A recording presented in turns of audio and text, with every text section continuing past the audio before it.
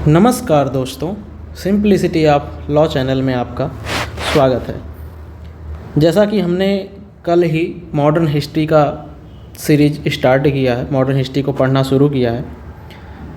पहले लेक्चर में हमने देखा जो यूरोपियन कंपनी आती हैं उनकी स्थापना, उनकी पहली फैक्ट्री का स्थापना और कंपनी कब इस्टेब्लिश हुई, वे कब आए और तथा उनकी पहली फैक्ट्री की स्थापना कब और कहाँ हुई, ये हम पहले लेक्चर में देख चुके हैं। अब उसी सीरीज को क्रम को आगे बढ़ाते हुए हम आज एक एक करके पुर्तगाल के बारे में, फिर उसके बाद डचों के बारे में,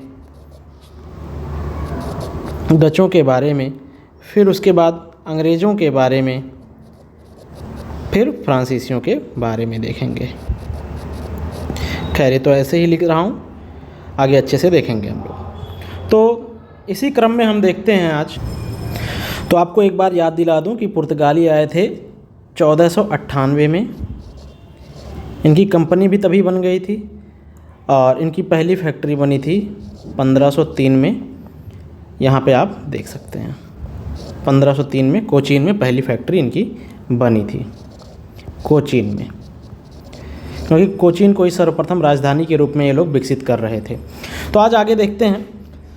सबसे पहले वास्को डी गामा आया था पुर्तगाल की तरफ से भारत के समुद्री रास्ते की खोज करते हुए। तो जैसा कि हम देख सकते हैं वास्को डी गामा अफ्रीका से होते हुए, जैसा कि मैंने कल बताया था, उत्तमासा अंतरीप के रास्ते से वास्को डी गामा भारत में प्रवेश किया था। उत्तमासा अंतरीप, केप ऑफ गुड होप जिसे हम कहते हैं, ये यहाँ पे लिखा हुआ है केप ऑफ गुड होप। इसका खोज 1487 में बार्थोलोम्यू डियाज ने किया था, 1487 में। केप ऑफ गुड होप के रास्ते भारत आता है। कालीकट बंदरगाह है केरल में, वहाँ पे आता है। वहाँ पर स्थानीय राजा हैं जेमोरिन। जेमोरिन वहाँ के राजा को कहा जाता था, नाम कुछ और था। वहाँ जो भी राजा हुआ करते थे उनको जेमोरिन की उपाधि दी जाती थी। तो जो राजा था जेमोरिन, वास्को डी गामा का भव्य स्वागत करता है। जैसा कि अभी भी हम लोग विदेशियों को देखते हैं थोड़ा सा उत्साहित होते हैं, उसी प्रकार से जेमोरिन का भव्य स्वागत किया गया था। वास्को डी गामा जब भारत आता है तो भारत से बड़ी संख्या में मसाले, काली मिर्च आदि वस्तुओं को पुर्तगाल ले जाकर बेचता है।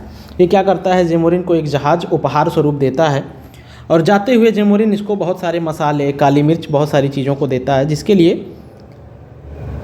वास्को डी गामा भारत आया था। तो ले जाता है पुर्तगाल में ले जाकर बेचता है। तो बेचने के उपरांत सारे खर्चे अगर हम निकाल दें तो भी उसे 60 गुना लाभ प्राप्त होता है। तो ले जाकर बेचने पर 60 गुना लाभ प्राप्त करता है, जो कि उन्हें लालच देता है भारत में आने का। किन्हें? पुर्तगालियों को। पुर्तगाली खैर अपना वर्चस्व भी बनाना चाह रहे थे यूरोपीय देशों में और साथ ही साथ अपनी आर्थिक स्थिति को भी सुधारना चाह रहे थे। ये लाभ देखते हुए वो भारत की तरफ इच्छुक हुए। अब उसके बाद 1500 में पुनः पेड्रो कैब्रल अल्वरेज इसका नाम था, ये ब्राज़ील के रास्ते का खोज किया था। इसके नेतृत्व में पुर्तगाल से एक समूह भारत आता है। फिर 1502 में वास्को डी गामा पुनः भारत आता है और व्यापार संचालित करता है। इस क्रम में वास्को डी गामा जो होता है, यहाँ पे तो लिखा नहीं है, 3 बार टोटल भारत आता है और भारत में ही इसकी समाधि भी है, मर जाता है भारत में ही। 3 बार भारत टोटल आता है वास्को डी गामा। 1502 में पुनः आता है दूसरी बार। कंपनी को बढ़ावा देने के लिए पुर्तगाल की राजशाही व्यवस्था ने वायसराय नियुक्त करके भारत भेजने लगे।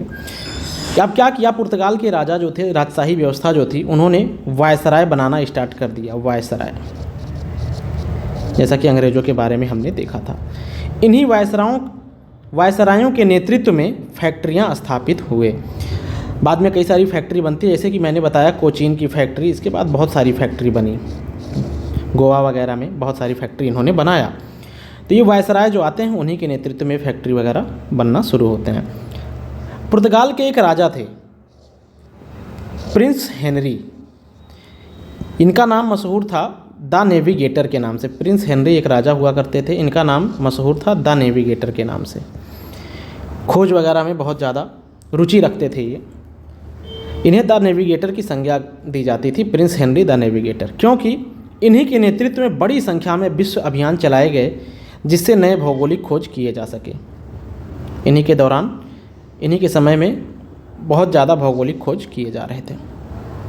अब जैसा कि मैंने बताया, वायसराय बनाकर भेजा जाने लगा जो फैक्ट्रियां स्थापित करें और राजशाही व्यवस्था की तरफ से कार्यभार का संचालन करने के लिए आए भारत में। तो इस क्रम में सबसे पहला, खैर ये लोग तो पहले आ चुके थे, लेकिन इनको वायसराय बनाया गया सबसे पहले 1505 में। इस क्रम में सबसे पहले वायसराय बना Francisco de Almeida.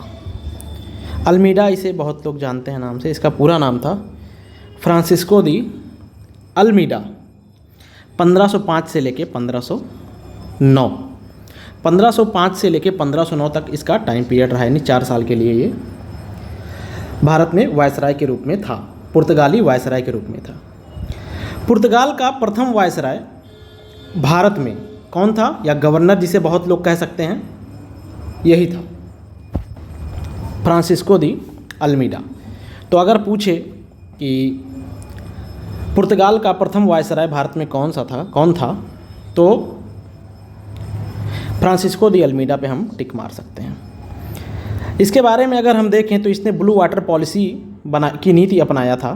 Blue water policy क्या था? ब्लू वाटर पॉलिसी शांत जल की नीति इसे कहा जाता था, जो कार्टेज व्यवस्था के नाम से भी जाना जाता है। खैर, मुख्य रूप से कार्टेज व्यवस्था की शुरुआत अल्बुकर्क ने किया था, लेकिन शुरुआत यहाँ से हो चुका था। शांत जल की नीति हुआ करती थी कि हिंद महासागरीय क्षेत्र जो था पर पूर्ण कब्जा कर रखा था इसने जहाजी बेड़ों द्वारा। उसके जहाजी बेड़े थे कई सारे, उनके द्वारा हिंद महासागर का जो क्षेत्र था वहाँ पे कब्जा कर रखा था, और उस क्षेत्र में व्यापार पर अन्य जहाज़ों से टैक्स लिया करता था। व्यापार पर नियंत्रण भी कर रखा था, यहाँ नियंत्रण है, नियंत्रण कर रखा था। और साथ ही साथ अगर कोई जहाज़ वहाँ से जाती थी, गुजरती थी, तो उससे टैक्स लिया करता था। ये इसका ब्लू वाटर पॉलिसी था। तो ये हो गया टोटल इतनी चीज़ें अल्मीडा के बारे में। और भी कुछ चीज़ें हैं, जैसे कि 1507 में मिस्र और गुजरात की नौसेना मिलकर इसे अल्मीडा को हरा देती है, जिसमें इसका पुत्र मारा जाता है।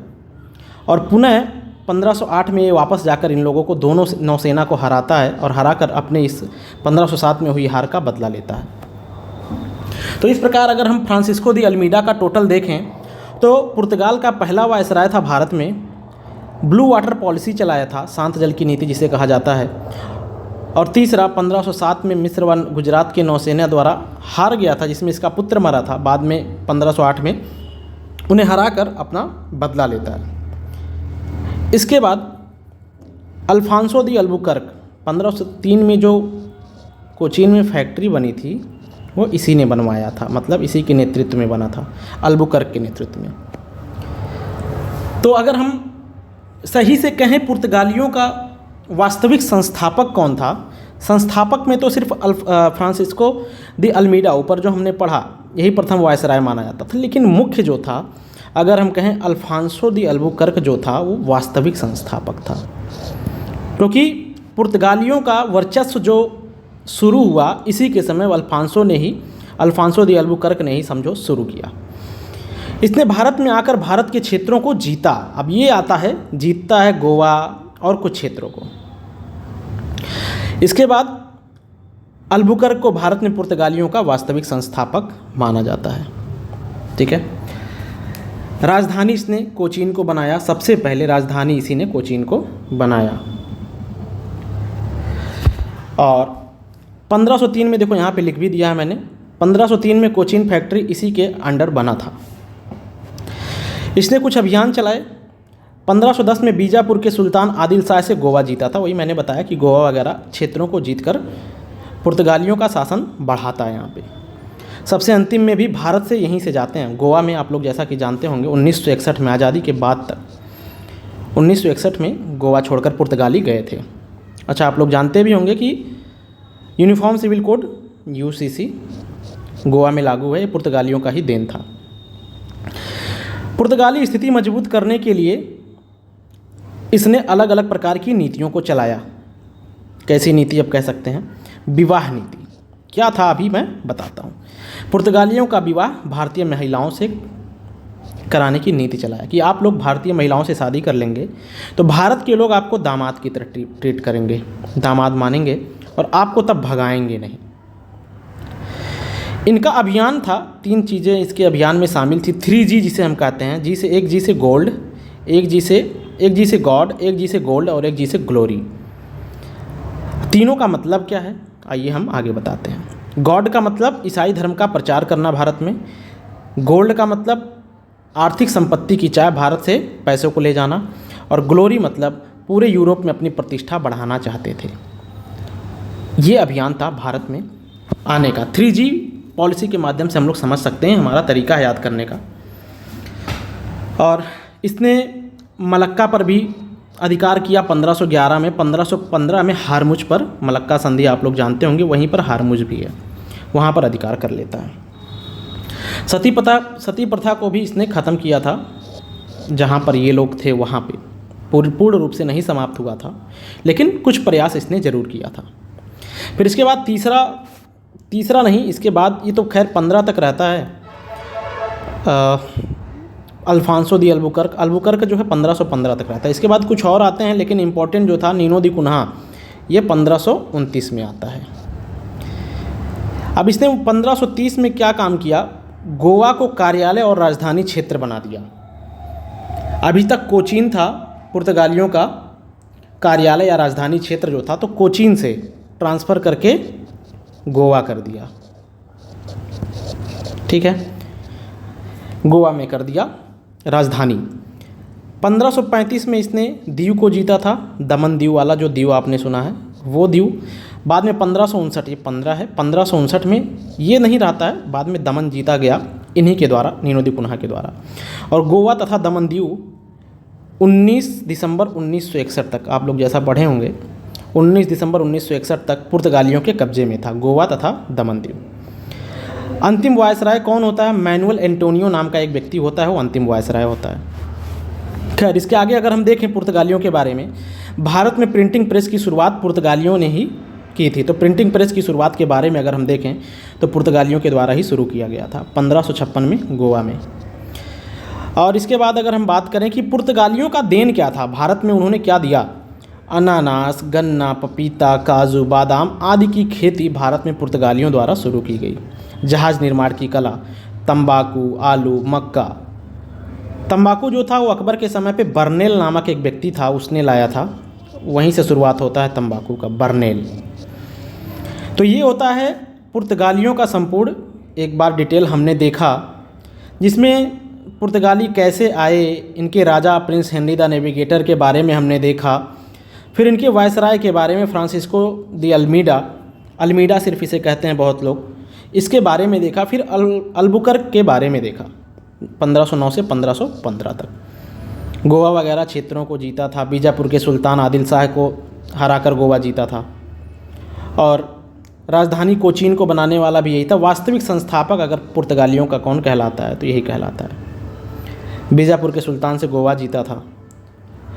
पुर्तगालियों की स्थिति मजबूत करने के लिए विवाह नीति अपनाया था, 3G पॉलिसी चलाया था, सती प्रथा को ख़त्म किया, मलक्का हारमुज पर अधिकार जमाया।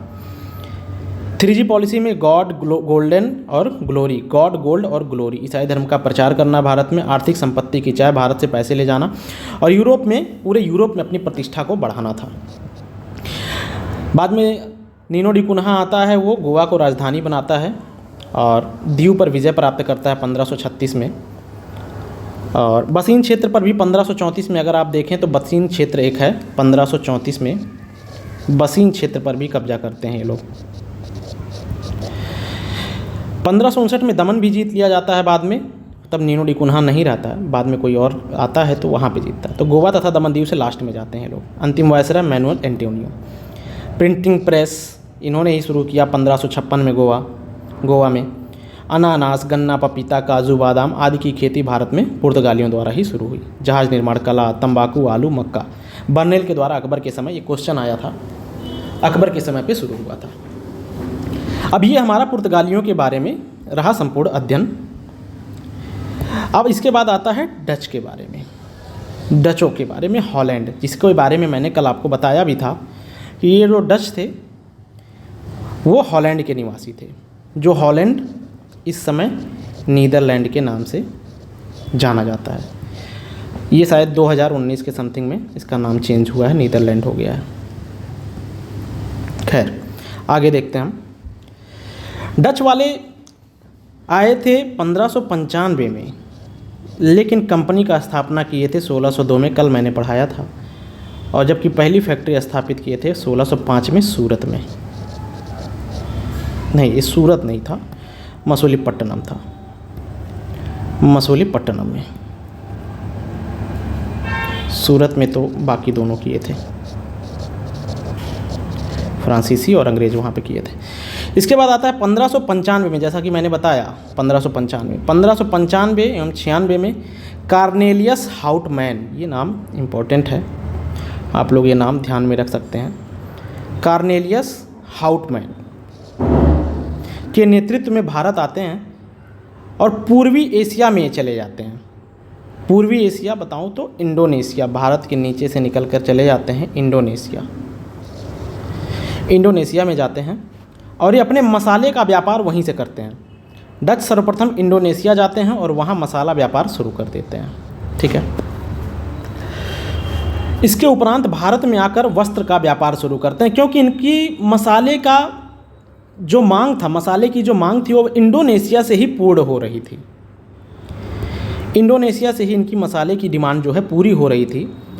अतः भारत में आए तो कलकत्ता साइड आते हैं और वहाँ से ही भारत में वस्त्र का व्यापार शुरू कर देते हैं, कपड़े का व्यापार शुरू कर देते हैं। अब यहाँ से भारत में अभी तक मसाले का मांग ज़्यादा था, लेकिन अब अपॉर्चुनिटी दिखी तो यहाँ से कपड़े का व्यापार भी शुरू हो गया। अब कपड़े की भी मांग ज़्यादा होने लगेगी। बहुत मुनाफे हुए, ज़्यादा मुनाफा हो रहा था, जिससे भारतीय शासकों ने यूरोपियों को व्यापार करने की अनुमति दे दी, क्योंकि वो लोग टैक्स दिया करते थे राजाओं को, बहुत ज़्यादा से ज़्यादा।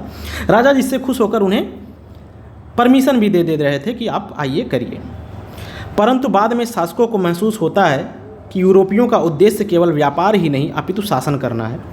तब संघर्ष का दौर प्रारंभ होता है। बाद में संघर्ष का दौर भी शुरू हो जाता है, क्योंकि ये यूरोपीय जो थे पहले तो टैक्स देते थे, टैक्स देने के बाद कोशिश करते थे कम टैक्स लगे, तो राजाओं को भड़काते थे, खरीदते थे कि एक बार में पैसा दे दें। फिर धीरे धीरे कहते थे मैं बगल वाले राजा को जिता दूंगा आपके साथ, आपका हेल्प करके। तो ऐसे कर करके भारत की राजनीति में घुसने लगे और यही शासन करना चाह रहे थे, तो संघर्ष का दौर शुरू हो जाता है। अगर हम बात करें डचों की पहली फैक्ट्री, तो यहाँ मैंने बताया आपको कि मसूलीपट्टनम में पहली फैक्ट्री हो गई। दूसरी फैक्ट्री पुलिकट में, यहाँ से स्वर्ण पैगोडा सिक्के मिले। आपको एक बार क्लियर दिखा दूँ, यहाँ पे जैसा देख सकते हैं, पहली फैक्ट्री मसूलीपट्टनम में खोली गई थी, दूसरी फैक्ट्री थी 1610 में पुलिकट में। ये पुलिकट वाली फैक्ट्री से स्वर्ण पैगोडा सिक्के प्राप्त हुए थे, ब्लैक पैगोडा भी इसे कहा जाता है। 1627 में इन्होंने पहली बार बंगाल में खोला था, बंगाल के पिपली में प्रथम फैक्ट्री खोला था। पहली फैक्ट्री तो 1605 में मसूलीपट्टनम में, बंगाल में पहली फैक्ट्री इनकी 1627 में। बाद में 1759 में बेदरा का युद्ध होता है, जो अंग्रेज और डच का द्वितीय युद्ध हो रहा होता है। तो ये विदारा कहीं कहीं पे लिखा होता है, बेदरा का युद्ध होता है। अंग्रेजों और डचों के मध्य ये युद्ध होता है। डचों की इसमें पराजय होती है तथा लगभग ये भारत में समाप्त हो जाते हैं और वापस चले जाते हैं। वेदरा का युद्ध इनके लिए निर्णायक साबित होता है। यहाँ से इनकी स्थिति खत्म हो जाती है भारत में, ये ज़्यादा उभर कर सामने भी नहीं आ पाते हैं। अब यहाँ से जैसा कि मैंने बताया कि पहले टैक्स देने आए थे, पहले टैक्स देकर व्यापार करते थे यूरोपीय कंपनियाँ, लेकिन बाद में उनका उद्देश्य बदलने लगा। कैसे बदलने लगा? यूरोपीय कंपनियों को लगने लगा कि वे अधिक मूल्य चुकाकर भारत से वस्तु ले जाते हैं, ज़्यादा टैक्स देते हैं या ज़्यादा पैसा लग रहा है, जिसका परिणाम यह हुआ कि वे धीरे धीरे भारत में अपनी सत्ता स्थापित करने का प्रयत्न करने लगे कि हमें कम पैसा देना पड़े, ज़्यादा पैसा लग रहा है, इसलिए हम अपना सत्ता ही अगर बना लेते हैं तो हमें कम पैसे देने पड़ेंगे। इसलिए राजनीतिक मामलों में हस्तक्षेप करने लगे, राजाओं के मामलों में हस्तक्षेप करने लगे, जिससे कि वे अधिक लाभ प्राप्त कर सकें। एक राजा से कहते कि हम आपका हेल्प कर रहे हैं दूसरे राजा को हराने में, लेकिन आप हमें टैक्स फ्री कर दीजिएगा हमारे लिए।